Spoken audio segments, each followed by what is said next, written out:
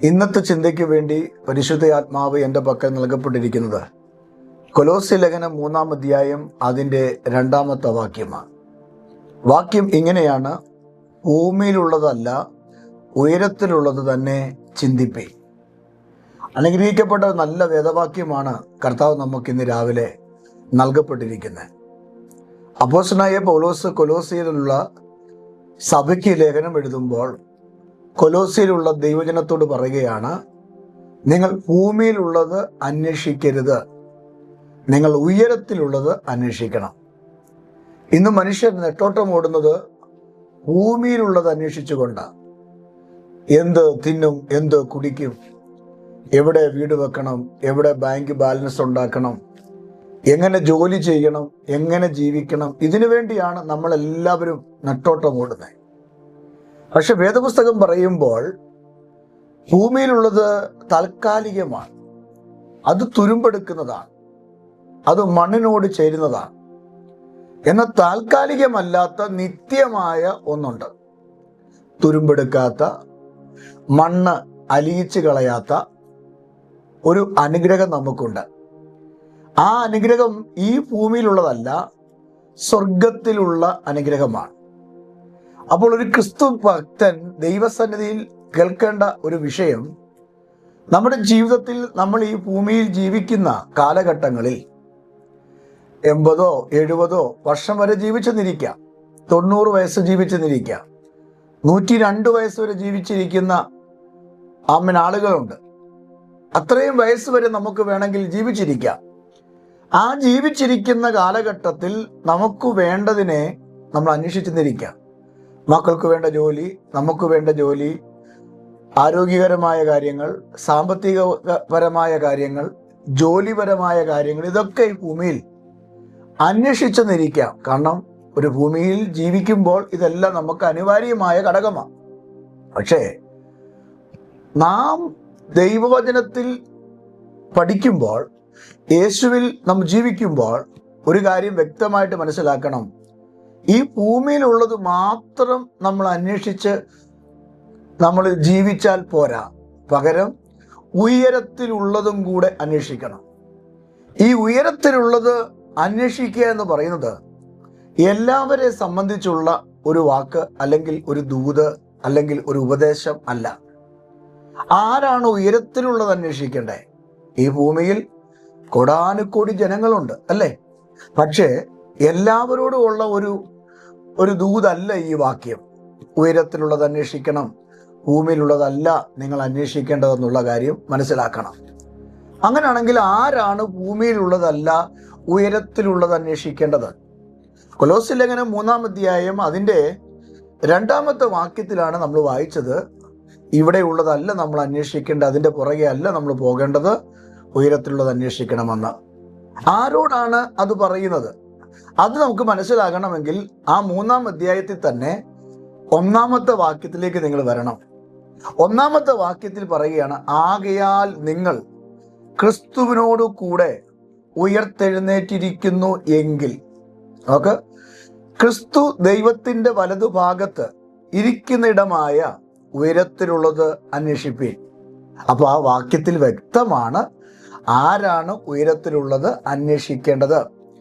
ക്രിസ്തുവിനോട് കൂടെ ഉയർത്തെഴുന്നേറ്റിരിക്കുന്ന ഒരു വ്യക്തി, ക്രിസ്തുവിനോടുകൂടെ അടക്കപ്പെട്ട്, ക്രിസ്തുവിനോടുകൂടെ മരിച്ച് അടക്കപ്പെട്ട്, ക്രിസ്തുവിനോടുകൂടെ ഉയർത്തെഴുന്നേറ്റിരിക്കുന്ന ഒരു വ്യക്തി.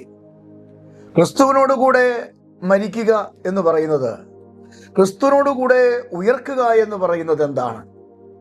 ക്രിസ്തുവിനോടുകൂടെ മരിക്കുക എന്ന് പറയുന്നത് നമ്മുടെ പഴയ മനുഷ്യനെ ദൈവസന്നിധിയിൽ നമ്മൾ മരിപ്പിക്കുന്നു. നാം മുൻകാലങ്ങളിൽ ജീവിച്ചിരുന്ന നമ്മുടെ ജീവിത നിലവാരത്തിൽ നിന്ന് ഒരു പുതിയ മനുഷ്യനായി മാറുന്നു. അപ്പൊ പഴയതിനെ നമ്മൾ മരിപ്പിക്കുന്നു, കൊല്ലുന്നു.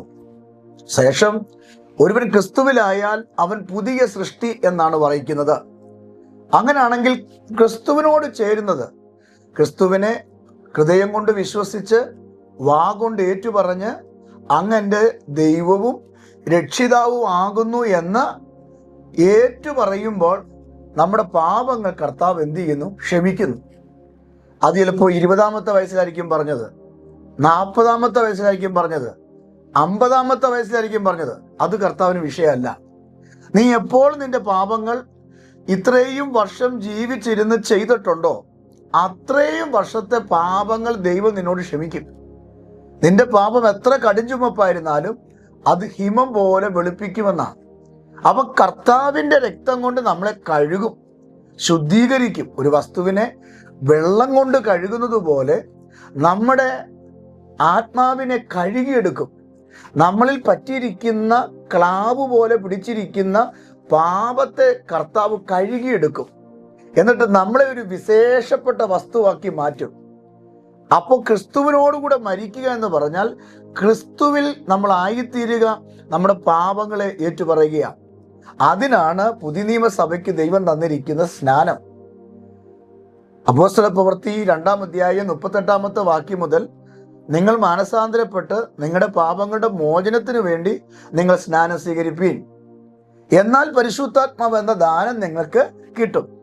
അപ്പൊ ക്രിസ്തുവിനോടുകൂടെ മരിക്കുക, ക്രിസ്തുവിനോടുകൂടെ ഉയർത്തെഴുന്നേൽക്കുക. ഒരുവൻ ആമേൻ മരിച്ചു കഴിയുമ്പോൾ അവനെ അടക്കണം. അടക്കിയ ക്രിസ്തുവിനെയാണ് കല്ലറയിൽ നിന്ന് 3-ാം നാൾ ഉയർത്തെഴുന്നേറ്റത്. അതേപോലെ നാമും ക്രിസ്തുവിൽ ആയിത്തീരുമ്പോൾ അവിടെ മരണം സംഭവിക്കുന്നു, പുതിയൊരു മനുഷ്യനായി നമ്മൾ മാറുന്നു. ആ മണ്ണിൽ നിന്ന് അല്ലെങ്കിൽ ആ ശവക്കല്ലറയിൽ നിന്ന് യേശു കർത്താവ് പുറത്തു വന്നതുപോലെ നാമും വെള്ളത്തിൽ മുങ്ങിയിട്ട് പിന്നെ നമ്മൾ പൊങ്ങി വരുന്നത് പുതിയ മനുഷ്യനായിട്ടാണ്. അതാണ് സ്നാനം എന്ന് പറയുന്നത്. പഴയ മനുഷ്യനെ കുഴിച്ചിടുന്നു. അപ്പോൾ ഇവിടെ നോക്കുക, ഉയരത്തിലുള്ളത് ചിന്തിക്കുന്നത് ആരാണ്? ഉയരത്തിലുള്ളത് ചിന്തിക്കുന്നത് ലോക മനുഷ്യരല്ല, ക്രിസ്തുവിൽ ഉയർത്തെഴുന്നേറ്റവരാണ്, ക്രിസ്തുവിൽ മരിച്ചവരാണ്, ക്രിസ്തുവിൽ രൂപാന്തരപ്പെട്ടവരാണ്. അങ്ങനെയെങ്കിൽ എൻ്റെ പ്രിയപ്പെട്ട സഹോദരങ്ങളോട് ഞാൻ ഇന്ന് രാവിലെ ഇങ്ങനെ ഞാൻ സന്ദേശം കൈമാറി നിങ്ങൾക്ക് വേണ്ടി പ്രാർത്ഥിക്കാം.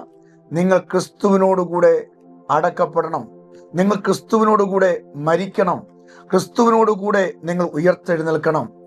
അങ്ങനെ ഒരു ക്രിസ്തീയ ജീവിതം നിങ്ങളുടെ ജീവിതത്തിൽ ഉണ്ടെങ്കിൽ കഴിഞ്ഞകാല പാപങ്ങൾ, കഴിഞ്ഞകാല കുറവുകൾ, കഴിഞ്ഞകാല തെറ്റുകൾ യേശു നമ്മളോട് ക്ഷമിക്കുകയും നമ്മളെ അവിടുത്തെ മകനാക്കി മകളാക്കി തീർക്കുകയും ചെയ്യും. എൻ്റെ പ്രിയപ്പെട്ട സഹോദരങ്ങളോട് ഞാൻ ഇന്ന് രാവിലെ ഒരു ദൈവിക സന്ദേശം കൈമാറാം. ഈ വാക്യത്തിൽ നിന്നുകൊണ്ട് ക്രിസ്തു കല്ലറയെ പൊട്ടിച്ചു പുറത്തു വന്ന് ജീവിക്കുന്നത് പോലെ നാം പാപത്തിൽ നിന്ന് പുറത്തു വരാൻ നമ്മൾ റെഡിയാകുന്നെങ്കിൽ ക്രിസ്തു എവിടെല്ലാം ജയിച്ചോ അവിടെല്ലാം നാമും ജയിക്കും. ക്രിസ്തു ഏതിനെയൊക്കെ കീഴ്പ്പെടുത്തിയോ അതിനെയൊക്കെ നമുക്ക് കീഴ്പ്പെടുത്താൻ കഴിയും. അത് പാപമാണെങ്കിലും ശാപമാണെങ്കിലും പിശാചിനെയാണെങ്കിലും കല്ലറയിൽ നിന്ന് പുറത്തു വന്ന ക്രിസ്തു മരണത്തിൻ്റെയും പാതാളത്തിൻ്റെയും താക്കോൽ എൻ്റെ കയ്യിലിരിക്കുന്നു എന്ന് പറഞ്ഞ് ആമേൻ പ്രത്യക്ഷപ്പെട്ട ക്രിസ്തു ഈ മരണത്തെയും പാതാളത്തെയും ജയിച്ചെങ്കിൽ ഞാനും നിങ്ങളും ചില മണ്ഡലങ്ങളെ ജയിക്കുവാൻ, ഇന്ന് നിങ്ങൾ അഭിമുഖീകരിക്കുന്ന പ്രശ്നങ്ങൾക്കകത്തു നിന്ന്, പ്രതികൂലങ്ങൾക്കകത്തു നിന്ന് ജയിക്കുവാൻ ദൈവം നിങ്ങൾക്ക് കൃപ തരും, ദൈവം നിങ്ങളെ ഉയർത്തും. അതുകൊണ്ട് നിങ്ങൾ യേശുവിനെ രക്ഷിതാവായി സ്വീകരിക്കുക, പാപങ്ങൾ ഏറ്റുപറയുക. എല്ലാ ദൈവങ്ങളുടെ അടുക്കൽ പോകുന്നവണക്കല്ല, എല്ലാ ദൈവങ്ങളുടെ അടുക്കൽ പോകുന്നവണക്കല്ല യേശുവിൻ്റെ അടുക്കൽ നിങ്ങൾ വരേണ്ടത്. യേശു നമ്മുടെ പാപങ്ങളെ ക്ഷമിക്കുന്നവനാണ്. ഒരു വാക്ക് പറഞ്ഞാൽ മതി, യേശു നമ്മുടെ പാപങ്ങളെ ക്ഷമിക്കും. അതിന് വലിയ വിലമുടക്കുകളൊന്നുമില്ല. നീ ഇരിക്കുന്ന ഇരിപ്പിടത്തിൽ നിന്നുകൊണ്ട് യേശുവേ, ഞാനൊരു പാപിയാണ്, ഞാനത് സമ്മതിക്കുന്നു, എൻ്റെ പാപങ്ങളിൽ നിന്ന് എന്നെ വിടുവിക്കണമേ എന്ന് പറഞ്ഞിട്ട് യേശുവിൻ്റെ ഒരു മകനായി മകളായി നിങ്ങൾ തീരാൻ റെഡിയാകുന്നെങ്കിൽ പൂർവകാലം മുതലുള്ള നിങ്ങളുടെ പാപങ്ങളെ, നിങ്ങളുടെ പിതാക്കന്മാരുടെ പാപങ്ങളെ പോലും നിങ്ങളോട് ഓർക്കാതെ നിങ്ങളെ വിശുദ്ധീകരിക്കുകയും ശുദ്ധീകരിക്കുകയും ചെയ്യുന്ന ഒരു കർത്താവുണ്ട് എന്ന് നിങ്ങൾ വിശ്വസിക്കുക. അങ്ങനെയാണെങ്കിൽ ഞാൻ ഇന്ന് രാവിലെ നിങ്ങൾക്ക് വേണ്ടി പ്രാർത്ഥിക്കാം. ഇന്ന് രാവിലെ നാം ചിന്തിച്ച വേദവാക്യം ഇങ്ങനെയാണ്: ആരാണ് ഉയരത്തിലെ അനുഗ്രഹം അനുഭവിക്കുന്നത്? ഉയരത്തിലെ അനുഗ്രഹം അനുഭവിക്കുന്നത് ക്രിസ്തുവിനോടുകൂടെ മരിക്കുക, ക്രിസ്തുവിനോടുകൂടെ ഉയർത്തെഴുന്നേൽക്കുക, ക്രിസ്തുവിനോടുകൂടെ ജീവിക്കുക. ഈ പ്രിയപ്പെട്ടവർക്ക് ഉയരത്തിൽ ഒരനുഗ്രഹമുണ്ട്. ആ അനുഗ്രഹം നിങ്ങൾക്കുണ്ടാകട്ടെ എന്ന് പ്രാർത്ഥിക്കാം. കർത്താവെ, ഇന്ന് രാവിലെ കേൾപ്പിച്ച ദൂതിനായി സ്തോത്രം. അങ്ങ് ഞങ്ങൾക്ക് തരുന്ന ദൈവിക ആലോചനയ്ക്ക് ഉറപ്പിനായി സ്തോത്രം. പലപ്പോഴും ഞങ്ങൾ തിരക്കിട്ട ജീവിതത്തിൽ ഈ ഭൂമിയിലുള്ളത് അന്വേഷിച്ച് ഈ ഭൂമിയിലുള്ളതിനെ ആഞ്ഞുകൊണ്ട് ഞങ്ങൾ ഓടുകയാണ്. പലപ്പോഴും ഞങ്ങൾ ഉയരത്തിലുള്ളത് ഞങ്ങൾ അന്വേഷിക്കുന്നില്ല. എന്നാൽ ഇന്ന് രാവിലെ ഈ വചനത്തിൻ്റെ മുമ്പിൽ ഞങ്ങളെ തന്നെ ശോധന ചെയ്തിട്ട് ഉയരത്തിലുള്ളത് അന്വേഷിക്കുവാൻ, അവിടെ ഒരു അനുഗ്രഹമുണ്ടല്ലോ, ആ അനുഗ്രഹം അനുഭവിപ്പാൻ ദൈവം ഞങ്ങളെ അനുഗ്രഹിക്കണമേ, അതിനുവേണ്ടി ഞങ്ങളെ സഹായിക്കണമേ എന്ന് ദൈവസന്നിധി പ്രാർത്ഥിക്കുന്നു. തമ്പുരാന്റെ കരങ്ങളിൽ ഞങ്ങൾ ഏൽപ്പിക്കുന്ന കർത്താവേ, പ്രാർത്ഥന കേട്ടതിനായി സ്തോത്രം. യേശുവിൻ ധന്യമുള്ള നാമത്തിൽ തന്നെ ആമേൻ. ദൈവം നിങ്ങളെ അനുഗ്രഹിക്കട്ടെ. ഇതിൻ്റെ ബാക്കി ഭാഗം നമുക്ക് അടുത്ത ദിവസം ചിന്തിക്കാം. ഉയരത്തിലുള്ളത് അന്വേഷിക്കുക. ഈ ഭൂമിയിലുള്ളത് താൽക്കാലികമാണ്, അത് തുരുമ്പെടുക്കുന്നതാണ്, അത് അഴുകിച്ചേരുന്നതാണ്. എന്നാൽ ഉയരത്തിലുള്ളത് ശാശ്വതമാണ്, എന്നും എന്നേക്കുമുള്ളതാണ്. ആ അനുഗ്രഹം നിങ്ങളുടെ ജീവിതത്തിൽ ഉണ്ടാകട്ടെ. ആമേൻ.